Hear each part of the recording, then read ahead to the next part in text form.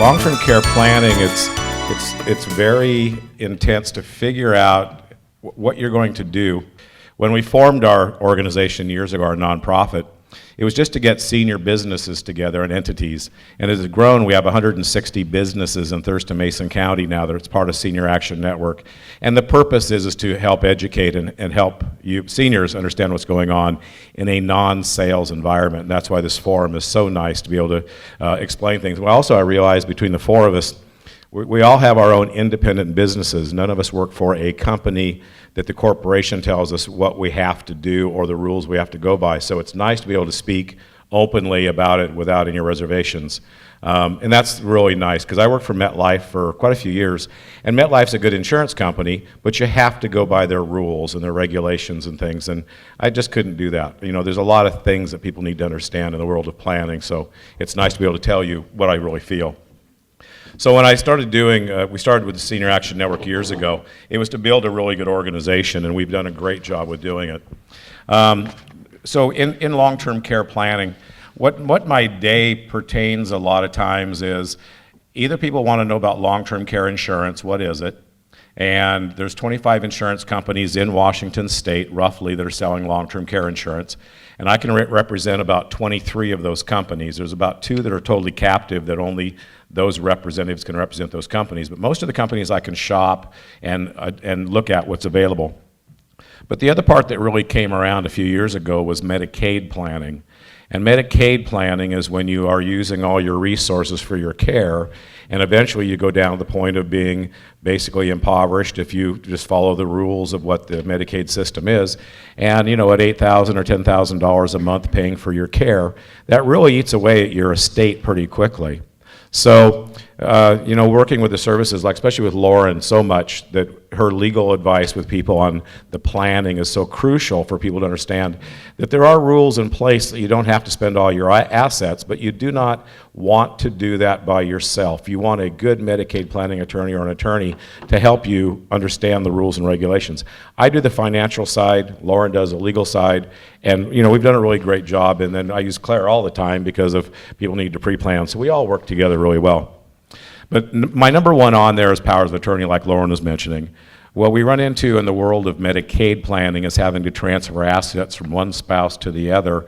And you know, with a good power of attorney, you can do that. Without a power of attorney, there's a roadblock. And that's my number one thing to everybody, is make sure you've got your wills and your power of attorney updated.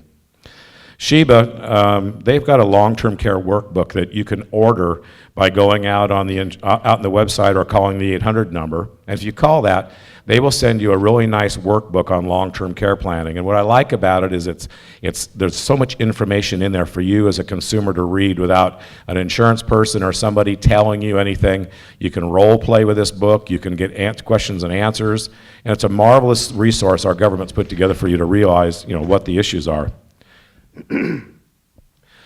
Dementia is huge, as we know. You know, the Alzheimer's Foundation has a statistic that 50% of the population, if we reach age 85, we will get dementia. And I thought that was a really rotten statistic. I don't like that one at all, because I want to be 90 and remember everything.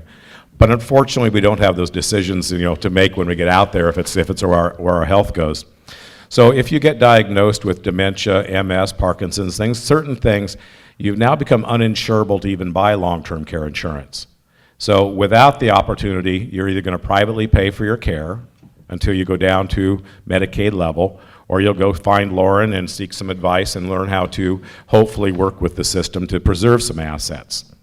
And with dementia, just like yesterday in my office, and this is so common across from my desk, here is the daughter who's in her 30s or 40s. Here is mom who's in her 70s, and dad is at home with dementia, and they're sitting there going, what are we going to do with father?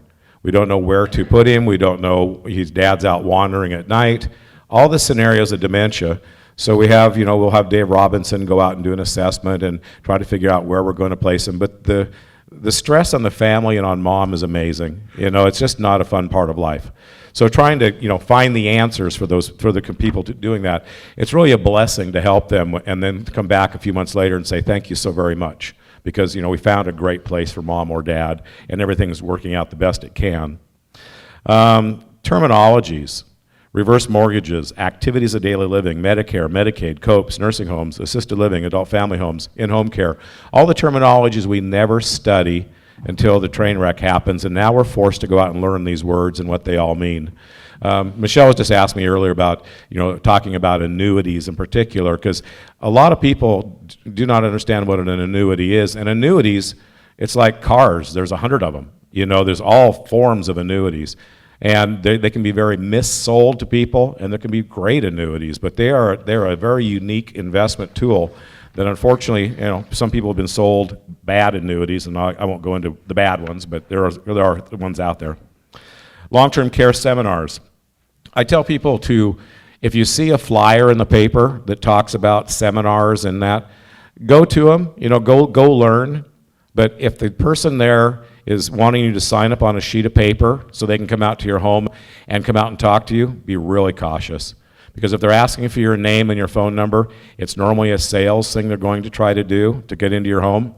So I tell people all the time when I'm speaking, your safety is to have a microcassette recorder and put it down on the table and say, I want to know what your name is, the company you're representing, and get their information. And just if you do it and you don't tell them ahead of time, watch their face. If they get recorded and all of a sudden you see the panic in their eyes, or they need a lot of water, or everything else, you caught them off guard. They're not ready for that, and they were going to try to sell you something. But being recorded is your safe haven down the road. It's your word against theirs, but a good recording with them verbally saying, yes, you can record me, is a very safe thing for you to do. So in all the years of speaking, I've only had one time has that ever happened, and that was down at the Methodist Church about 4 months ago. I spoke in between sermons, and a lady came in, she was in the group, and she said, can I record you? And I said, thank you very much. It's about time that somebody new record me. I don't know if you heard me before or not, but she did, and I was happy she did. $8,000 a month, as you know, unfortunately in the nursing home at $8,000 to $10,000 a month. How many of those checks can you keep writing out month after month after month after month until you finally run out of dollars? And we don't want to do that, but unfortunately, as our health goes down the road, sometimes we have no choice. So planning that, having your investment representative pick up your rates of return, get more income coming in, some of those things are very crucial to making sure you can afford and pay for your long-term care. Medicaid planning. Lauren and I talk about this quite often out there of gifting assets to your children. When you're doing Medicaid planning, there are specific rules the state has set in place, and you do not want to abuse the rules because you'll get denied for assistance.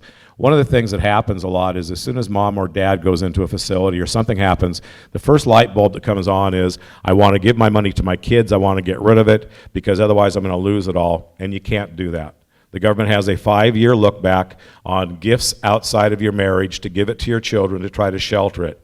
So you don't want to give money away. You want to retain it, go see an attorney, find out what you can do, and start with that process, but do not give dollars away. Once you need long-term care of any type or diagnosed with dementia, basically you cannot give more than $246 a month away. I'm not sure if it went up from that, Lauren, but I know it was like $246 is what it was a year ago. But if you give more than $246 a month away to anybody, you're going against the Medicaid rules. So watch out. Do not start sheltering your money or giving it away without legal advice. So the Medicare pays for some of our care. COPES is part of the program. But if you go out to, I printed the website out there, www.washingtonlawhelp.org. And if you go to that website and click on 60+, you'll learn a lot of stuff. This is done by the elder law attorneys of Washington that put that website together to help people understand it. And if you're looking at long-term care insurance, find somebody that can represent a lot of companies, not just somebody that says Genworth is the best or John Hancock is the best. There is no best. Each company has their own specific area that they really cater to more than another. And finding the right long-term care policy is really interesting when you're shopping it. How many in here have long-term care insurance? Holy cow. I've never seen that. Excellent. That is marvelous. I normally see 2 or 3 hands go up, but not like that. So if you have insurance, you might want to get it reviewed, get it looked at, because the insurances what we had 20 years ago, like Michelle was saying, a lot of them were nursing home only policies.